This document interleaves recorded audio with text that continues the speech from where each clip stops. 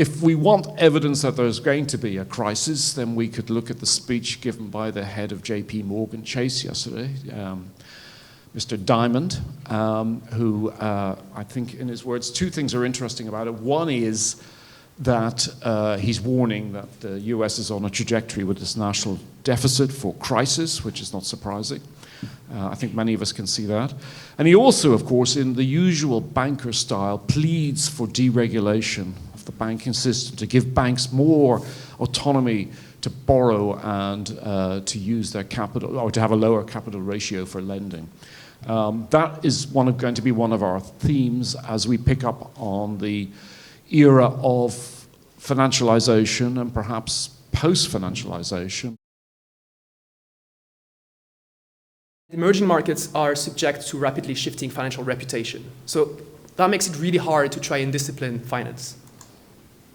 And this is because deviation from what is considered an orthodox or, say, a neoliberal policy framework, or implementing policies which appear to impinge on the freedom of international investors or their property, may be swiftly punished by large-scale capital flight.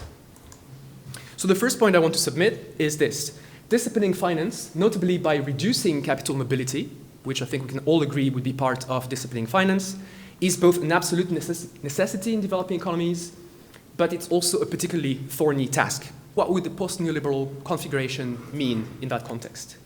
The fourth point that I want to make here is that the effective disciplining of finance in emerging markets would require a lot more than this, and in particular it would require an enabling international environment. Of course, and this is the kind of obvious stuff, it would involve enhanced policy space to enable broad use of interventionist policy tools such as capital controls and coordinated both on a national basis, but also perhaps the regional, if not continental scale. And that might involve, of course, reforming the legal and investment global governance architecture to allow for that. This would also require enhanced policy space to enable the broad use of democratically controlled public finance institutions. And here's where I think there's a few things which are quite important as well, which are often not discussed in the context of reining in finance. One is that this would also involve transforming the development finance architecture as a whole, insofar as if private finance is reined in, it would have to be compensated by a lot more international public development finance. This would be also about reforming the international monetary system to address the problems of financial subordination that I talked about earlier, and it would be also about reforming the global tax architecture to prevent massive capital flight from developing economies, to foster domestic resource mobilization. I operate with a somewhat, perhaps overly narrow definition of neoliberalism as a kind of governance philosophy which is about centrally planning markets. Polanyi famously taught us that laissez-faire is of course planned.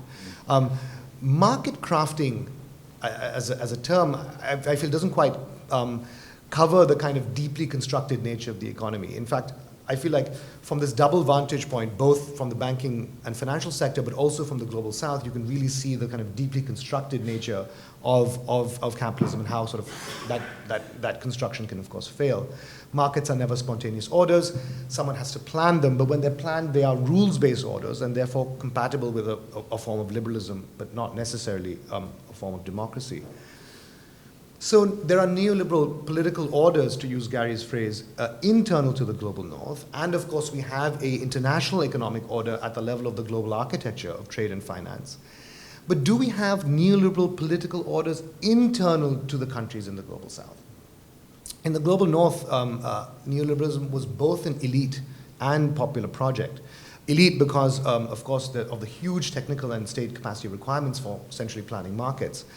Popular because of the nature of politics in the global north, which has a sort of particular role for economic ideas and in the sort of political culture and for state legitimacy.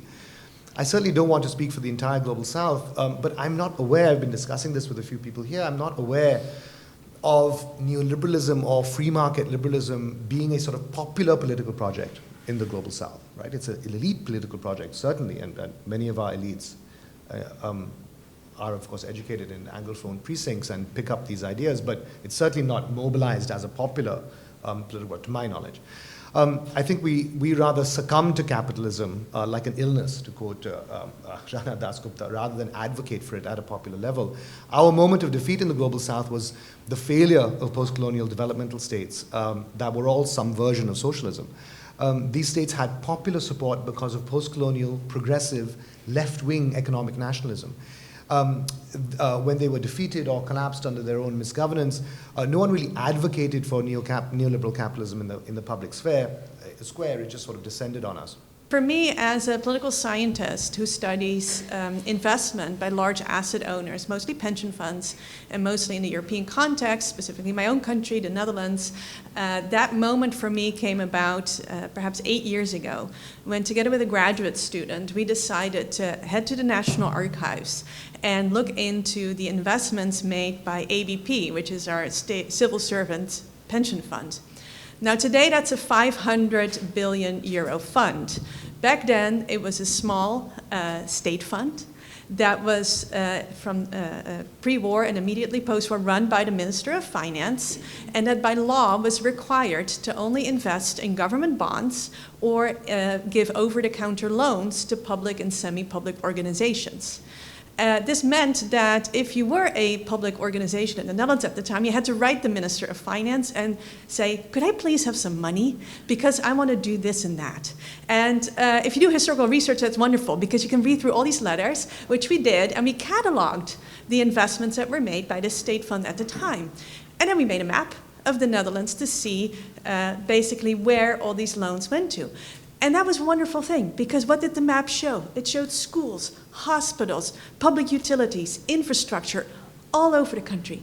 And it really brought the message home to me what a huge role this fund in the 30s, 40s, 50s had played in developing my country, and what a lasting impact it had made on the landscape.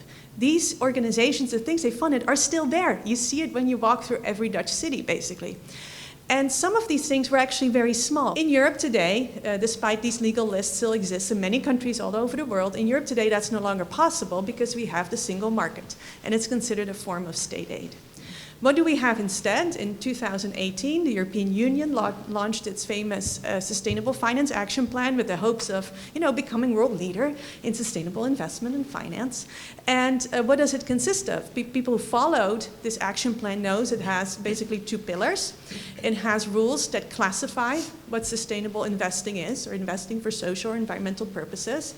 If you followed the process of the so-called taxonomy for sustainable activities, you know that it's been hijacked by member state interest and other types of interest to right now include natural gas, nuclear as sustainable categories, and I'm pretty sure we're going to add defense to that list fairly soon. We also have tons of disclosure rules. So really this idea of collecting non-financial information, feeding it to the market, and then having the market figure it out themselves where to put their capital in terms of environmental and social activities. This has not actually, increased sustainable investing. There is that great mismatch between the needs of the real people and the real economy and the needs of finance.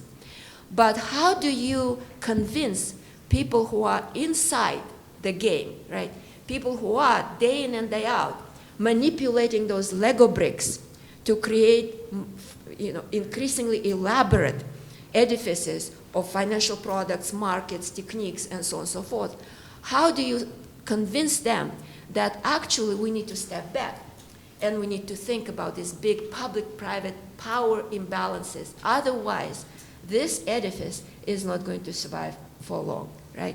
So I've spent my entire academic career thinking about those issues and thinking about, for example, the notion of either reducing the incentives to misuse public subsidy by private institutions, or maybe reducing the possibilities for such misuse, right? By creating greater channels, more effective channels of public investment, direct public investment, directing public capital and crowding in private capital, and I'm not afraid of that phrase, crowding in private capital, but under the direction of the public actors that decide on the democratically based principles where that capital should flow.